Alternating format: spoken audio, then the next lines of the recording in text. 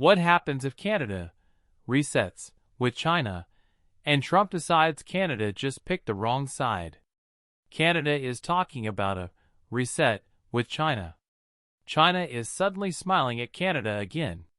And Trump is back in the driver's seat in Washington. And then the real bomb drops. Markets dip. The Canadian dollar wobbles. CEOs start calling lawyers. And in Ottawa, the question becomes real, and it becomes terrifying. Did Canada just trigger the one guy who treats trade like a street fight? Because here's what most people don't get. Trump doesn't need tanks. He doesn't need a war. If he thinks Canada is drifting toward China, even a little, he has about 10 different ways to make Canada feel pain by Friday. And it's not just about Canada, or China, or Trump.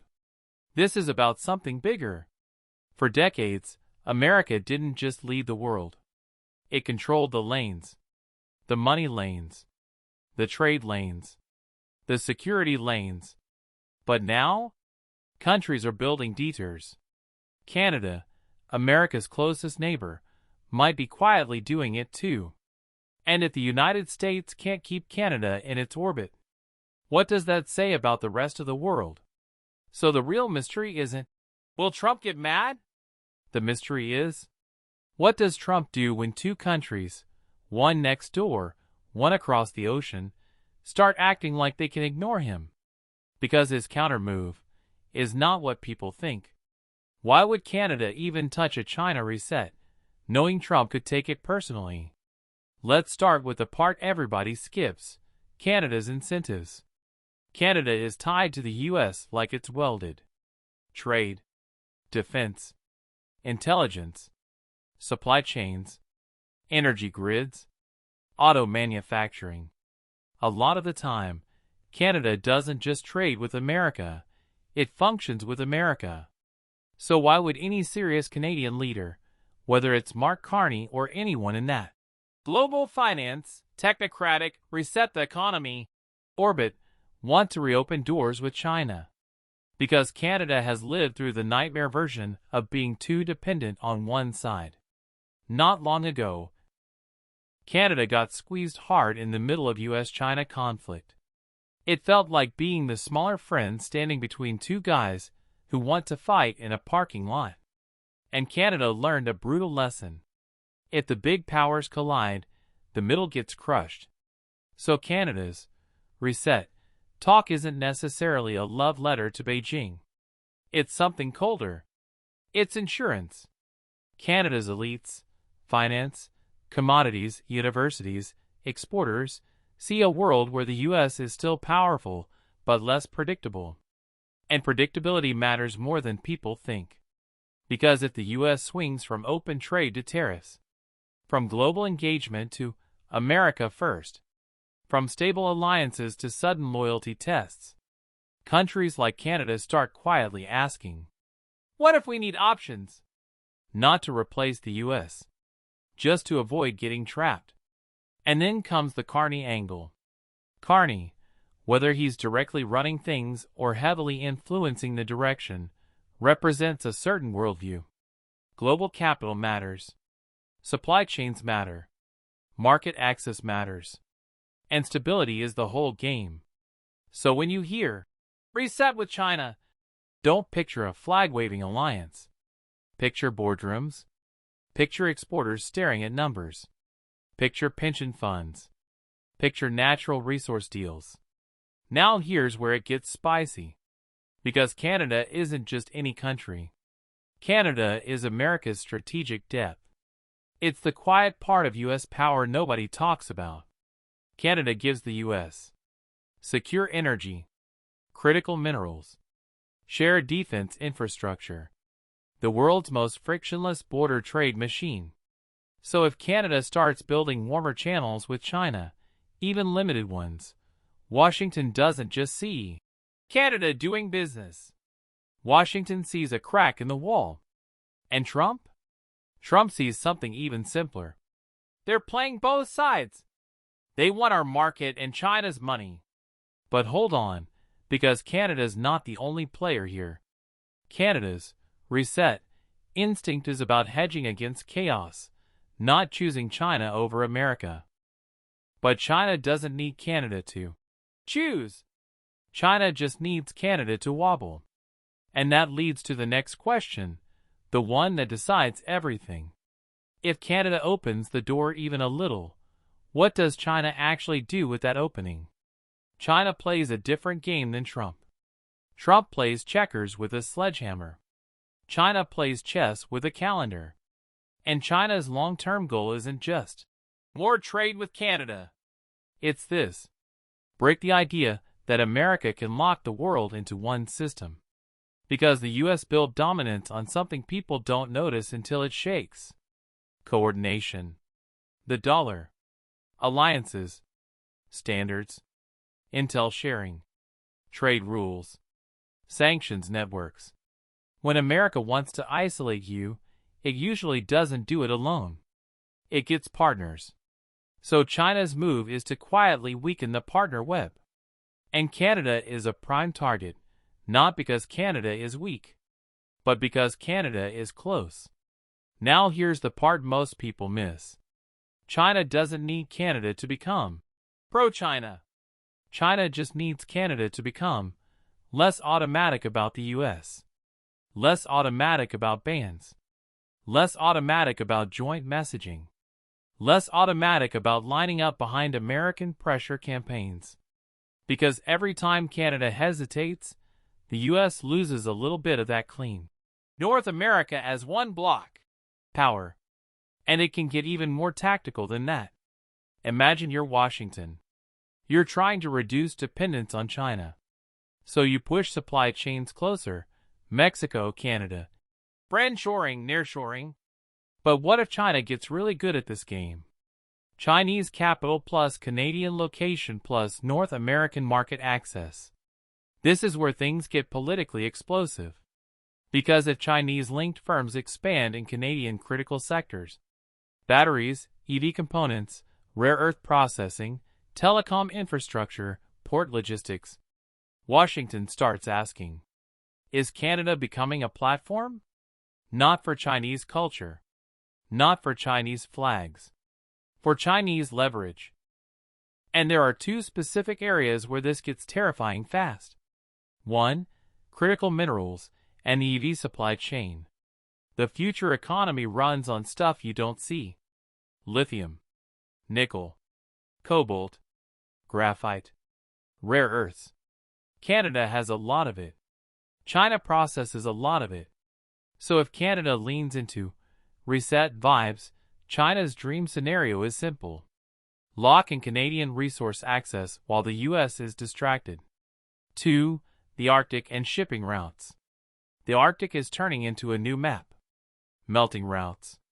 New ports. New military calculations.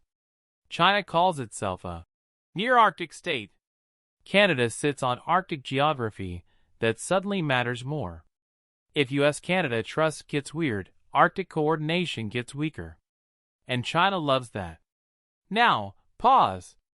Because this is where viewers usually say, okay, China has plans. Canada has incentives. But Trump is just one guy. How much can he really do? A lot. Fast. China's Canada play isn't romance, it's strategic disruption, weaken North American unity, create economic footholds, and complicate U.S. containment. And that sets up the real showdown. If Trump decides Canada is helping China, intentionally or not, what's his counter? If Trump sees Canada drifting toward China, what can he do in the real world, like this week, to force Canada back in line? People think Trump's weapon is tariffs. That's part of it, but it's not the scary part. Trump's real weapon is that Canada's economy doesn't just depend on U.S. demand. It depends on U.S. access. Access to the American consumer, the American financial system, American supply chains, American regulatory approvals. And Trump's whole style is leverage. So here are the pressure points, told like a story, because this is how it would actually happen. Trump doesn't need Congress to start a fire. He needs a reason. And the easiest reason in the world is 2 words. National security. That's how you get steel and aluminum tariffs. That's how you threaten autos. That's how you turn a trade argument into an emergency. And the moment you say, national security, the conversation changes. It's not, Canada is our friend. It becomes, are Canadian supply chains being influenced by China? Even if the answer is, not really, the headline alone is enough to scare investors and force meetings. Here's a sleeper issue that could become a nuclear weapon. USMCA, the trade deal that keeps North America running. Deals like this are full of technical stuff most people ignore. Until someone weaponizes it. Rules of origin. Compliance audits. Customs enforcement. Procurement rules. Trump's team could say, if Chinese inputs are entering North American goods through Canada, we're tightening the gate. And suddenly, Canadian industries that rely on complex supply chains, autos, parts, manufacturing, get hit with delays, extra paperwork, or straight-up exclusion. It's not a dramatic, we're at war. It's death by 1,000 cuts. People love to say the US-Canada border is peaceful. True. But it's also one of the most economically sensitive places on Earth. If the US decides to enhance inspections, tighten security, or review cargo protocols, you don't need a tariff to cause chaos. You just need delays. A few hours becomes a few days. Supply chains break. Factories slow. Costs spike. And the best part, if you're trying to apply pressure, is you can sell it as public safety. And Trump loves moves that sound like toughness. This is where people get uncomfortable. The US and Canada trade massive amounts of energy, oil, gas, electricity. It's integrated. But integration cuts both ways. If Trump wants Ottawa's full attention, energy policy becomes a negotiation tool. Permits, pipelines, cross-border infrastructure approvals, regulatory decisions that just happen to hit Canada at the perfect moment. This is the quietest weapon, and in some ways, the cruelest. Canada is deep in US-led defense and intelligence networks. Those networks run on trust. If Washington starts implying Canada is a soft spot for China, the damage is immediate. Intelligence sharing slows. Joint initiatives get paused. Defense cooperation turns political. And even if nothing officially changes, the message is clear. This is the monster under the bed for global business. If U.S. officials start talking about sanction risk, especially around Chinese firms, tech, banking, or dual-use goods, Canadian companies get spooked. Banks hate risk. Insurance hates risk. Investors hate risk. So even the threat of U.S. enforcement can chill Canada-China deals without firing a shot. Now stitch all that together, and you get the real Trump move.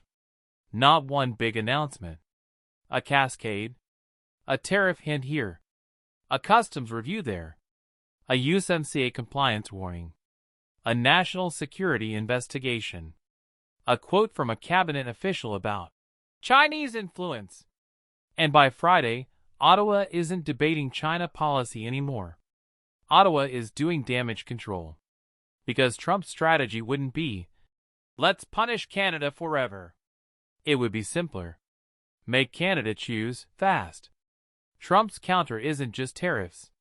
It's a multi-lever squeeze. National security trade actions, border friction, USMCA enforcement, energy approvals, alliance trust, and financial risk, designed to force Canada into a binary choice. But here's the twist. If Trump pushes too hard, he could get the opposite result. Because the more the U.S. weaponizes access, the more Canada and other countries start building exits. Which brings us to the biggest question of all. What if Trump's hardest squeeze on Canada doesn't restore U.S. control, but actually accelerates the end of it. Here's the uncomfortable truth. America's power has never been just about GDP or aircraft carriers. It's been about the system. The U.S. built a world where trade routes were protected, dollars were trusted, alliances were predictable, and the West acted like a bloc. That system created something priceless: certainty. And certainty pulls countries in. But when countries start feeling like access to the U.S. can be turned on and off like a light switch, depending on who wins the next election, certainty dies. And when certainty dies, Plan B gets funded. That's what you're seeing now, in slow motion, across the world. Europe talks more about strategic independence. Gulf states diversify partnerships. Countries expand local currency trade where they can. Supply chains split into parallel lanes. Not aligned becomes cool again. And in North America, it gets personal. Because Canada and Mexico aren't random allies. They're neighbors. If the U.S. starts handling neighbors with constant pressure tactics, the neighbors don't become more loyal. They become more careful, more strategic, more willing to quietly diversify. Now, does that mean the U.S. collapses tomorrow? No. The U.S. is still the largest force in global finance and military reach. The dollar still dominates. The American market is still the prize. But dominance is a vibe as much as it is math. Dominance is when people don't even bother looking for alternatives. And that era, where the U.S. could assume automatic alignment, is fading. Not because America got weak overnight, but because the world got better at saying, "We need options." And that's the real danger of a Trump versus Canada moment. Because if Trump frames Canada as disloyal, and Canada responds by seeking more independence, even quietly, that creates a precedent. A neighbor precedent.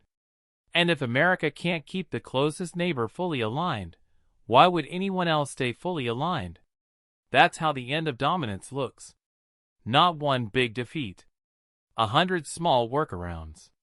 So when you ask, how will Trump counter Canada and China united? The real answer is, Trump will try to force clarity, force loyalty, force a public choice. He'll do it by hitting Canada where it's most sensitive: access, friction, trust, and uncertainty. But the deeper story is what happens next. If Canada decides it can't live under constant threat of economic pressure, Canada invests more in diversification, more Europe deals, more Indo-Pacific engagement, more domestic processing for minerals, more independent industrial policy. And China will happily encourage that, not because China wins Canada, but because China benefits any time U.S. coordination weakens. So Trump's counter could work in the short term. But in the long run, it may teach the entire world the same lesson. And if you think this is just a trade fight, you're missing where this goes next. Because the moment U.S.-Canada trust gets shaky, the most valuable piece on the board isn't cars or steel. It's the North. The Arctic is opening up. New shipping lanes. New minerals. New military routes. And suddenly, Canada isn't just America's neighbor. Canada is the gatekeeper of the next frontier. So the real question becomes, if the U.S. can't fully control alignment in its own backyard, what happens when the next global battlefield is literally on Canada's doorstep?